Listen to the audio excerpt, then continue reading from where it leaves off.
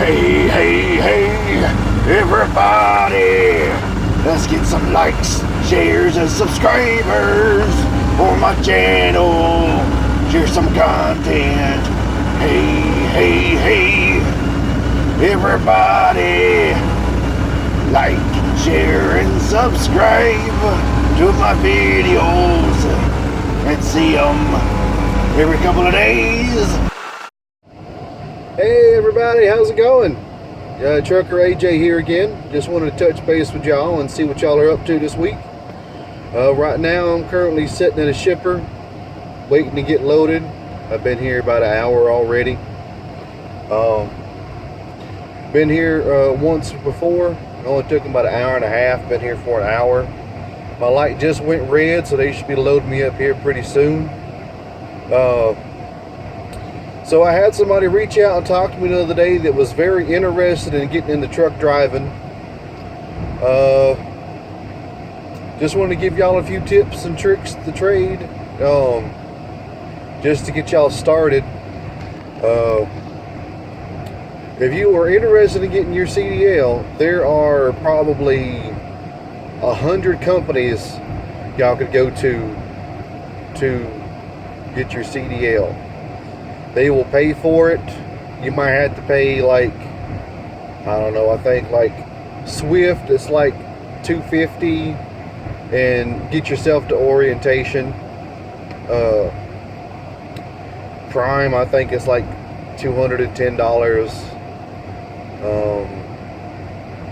Celadon, I think it's free. Who else? I don't even know about Millis Transfer, the company I'm working for. Millis Transfer. Don't even know anything about their training program yet, but I'm looking to be a trainer maybe, so we'll see. I'll know more about that in the months to come. So we'll see how the YouTube's going and how the training's going, and be figuring this out, and then I'll be able to know more about the different in and outs about the training program over here at Millis. But when you finally pick out you a company to go train with, the best thing to do is probably go ahead and find some training videos online. Go ahead and get your learner's permit before you even show up, because a lot of the time they're just going to hand you a book, briefly read over it, and tell you to study it yourself, and we're going to go take a test in 3 to 4 days. You better learn it or we'll send you home. That's how a lot of the schools are.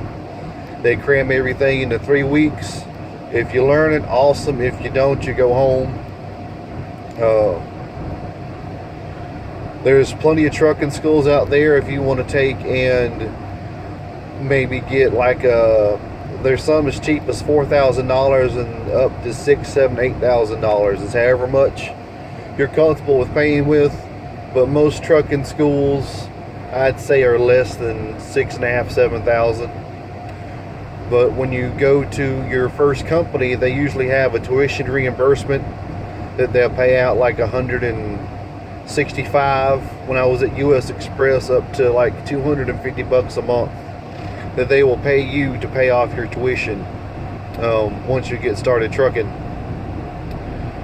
But once you do that and you get with a trainer, do your best to make the best of the situation. Most trainers aren't really trained to be a trainer.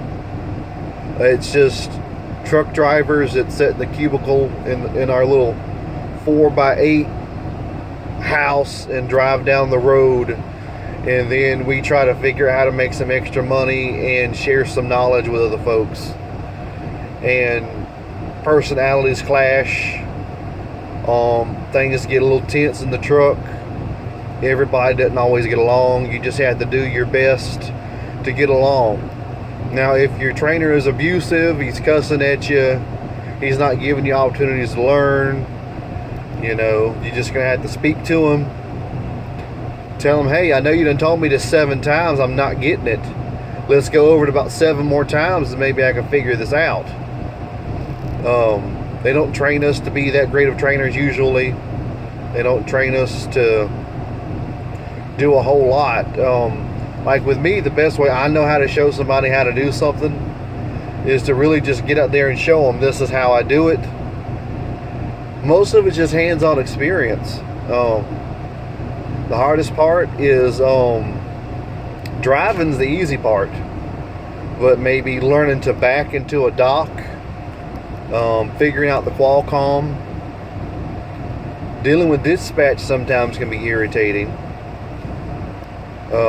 Let's see what else we got. Sometimes finding the shippers, getting in and out of the shipper can be a little difficult at times, especially if you're relying on a GPS. I'm sure they're trying to take you down some dumb road that you shouldn't be on.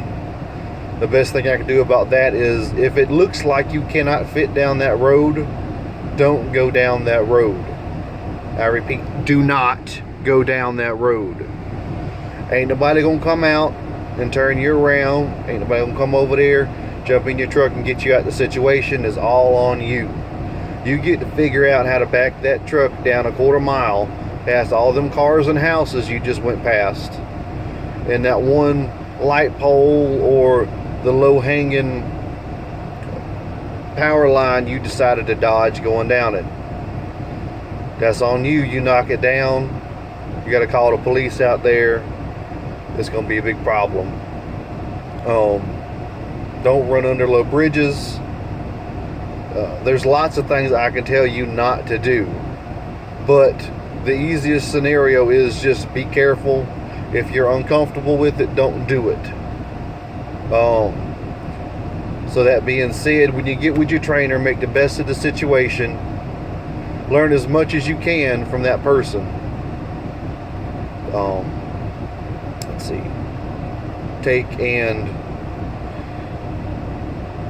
Once you get with your trainer, if you get with your company and they're starving you to death, they're not giving you any miles, you're sitting around all the time, look at you first and see what you can do to improve. If you're taking and driving 6 hours a day and, well, I can get to my appointment at 6 o'clock tomorrow if I go ahead and shut down today and get up early and drive. That's the wrong way to do it. You need to take and get as far as you can with the time you have available. You don't need to be stopping with 2-3 hours on your clock. You need to run it out as much as you can. I mean, you know, if it's nighttime, you can stop like an hour and a half, 2 hours early at the most. You need to push your clock as long as you can. If it's nighttime, you know, hour and a half, 2 hours, an hour left on your clock is usually what I do personally. But there's a lot of folks that they'll drive for 6 hours and go chill at the truck stop, and then come Friday they're wondering why they're starving to death, ain't made no money, only did 1,500 miles for the week. As an over-the-road truck driver, you should be able to get 3,000 miles very easily. You have to make sure you're not leaving yourself on duty too long. When you get to a shipper, you back up to the dock, you check in, put yourself in sleeper berth. You sit there, you don't waste all your time sitting there on duty. You go in the sleeper berth, you take your nap, you chill, you go pick up your bills, close your doors, put your seal on, and you drive off. You go to your truck stop, scale your load. Always scale your load, especially if it's over like 34,000. You don't want to be caught at the scale house overweight or anything. Always scale your loads after you pick them up. Usually a lot of companies are going down to 30,000 pounds because companies are taking and adding a lot of freight, or not taking into consideration the weights of the pallet or the packaging or something nowadays. So when I first started, it was if it's 38,000 or more, you scale it. But now a lot of companies are going down to 30,000 pounds. Or at Millis Transfer, they tell you scale everything, whether it's, no matter what it is. Message has arrived. I mean, take it with some discretion though. I mean, if you look in there and you got 4 pallets, don't worry about scaling it. Just go on down the road. Don't waste your time and money on that. Message has arrived. So the best thing to do is just go on down the road with that. Sorry, just got a bunch of messages and got distracted for a second there. Once you're out of the truck with your trainer, you're going to take and need to stay with your company at least 4 months. 3 at the bare minimum. Go try to stick out for 4 to 6 months. Because if you leave before that time, you're going to have to go back out with another trainer if you go to another company. And sometimes you have a good experience, sometimes you have a very bad experience. You don't want to have two bad experiences. So just do your best on that. Communicate. If you cannot handle him or her, take and talk to your training supervisor. And they'll be able to get you another one if there's repeated issues. But after that, I state 4 to 6 weeks. If you end up having to quit, before you let dispatch know that you're planning on quitting, try to do a 2-week notice with them. But before you put in your 2 weeks notice, make sure you have a fuel tank of gas in case they say some stupid stuff. So always make sure you have a full tank of fuel before you quit a company, or tell them you're quitting, because they might try to run you around the US, stretch out your 2-week notice to 3 weeks, or tell you that well, if you're with a small terrible company, they could just like turn your fuel card off and have you sitting somewhere and leave you with no opportunity but to abandon the truck. And you do not want that to happen. I've never had to do that personally. I have said something about quitting, and then they turn off my fuel card to make me call dispatch and try to talk about the problem and see if they can fix it. And they'll talk to me, and it'll be good for about 3 days, and then it'll go right back to normal with my previous couple companies that I've had.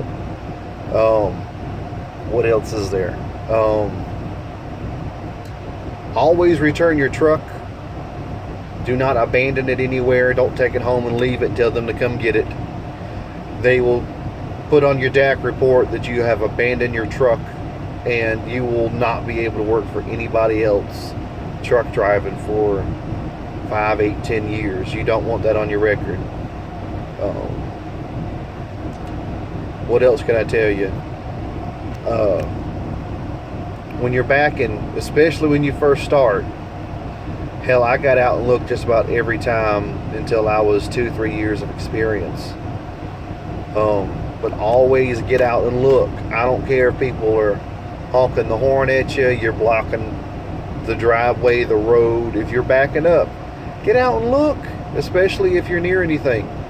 Don't just assume. Get out and look. You have an accident, that's your job, that's your livelihood. Most companies will give you 2 strikes and you're out, or $3,000 worth of damage, you're out.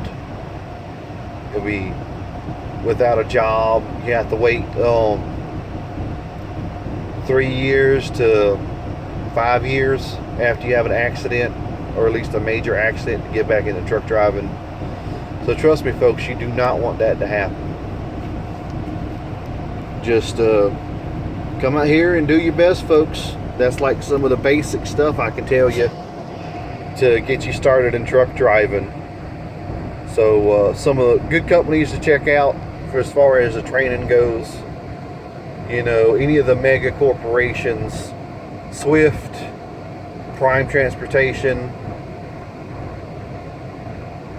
Warner,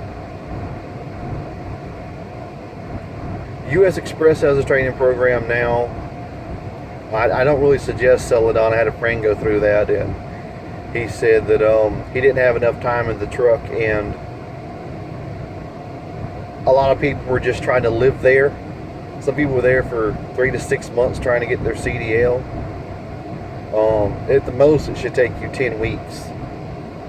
I mean, I went to a CDL school at a technical college, and it was 10 weeks. I was there for 4 days, 4 hours a day, 5 days a week at night, driving. And that's how I got my CDL. They didn't use like the Hope or Pell Grant. That's what we have here in Georgia for low-income families. So, yeah.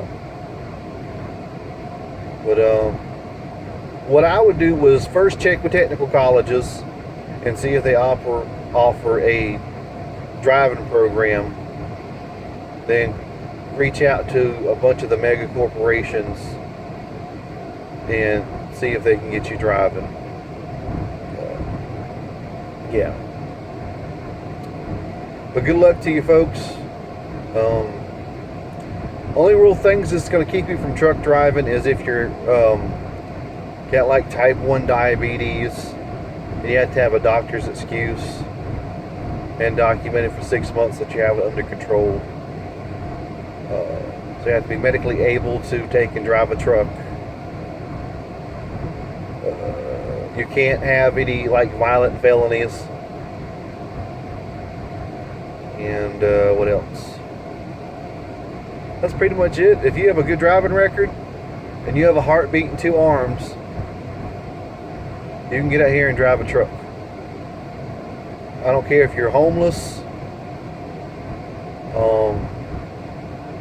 you can't speak English. A lot of trucking companies just don't care. As long as you can drive a truck, they'll hire you, and you can get you a job making anywhere from $600 to $2,000 a week out here. So, well guys, thanks for watching. I ran out of space to record, but I appreciate y'all watching.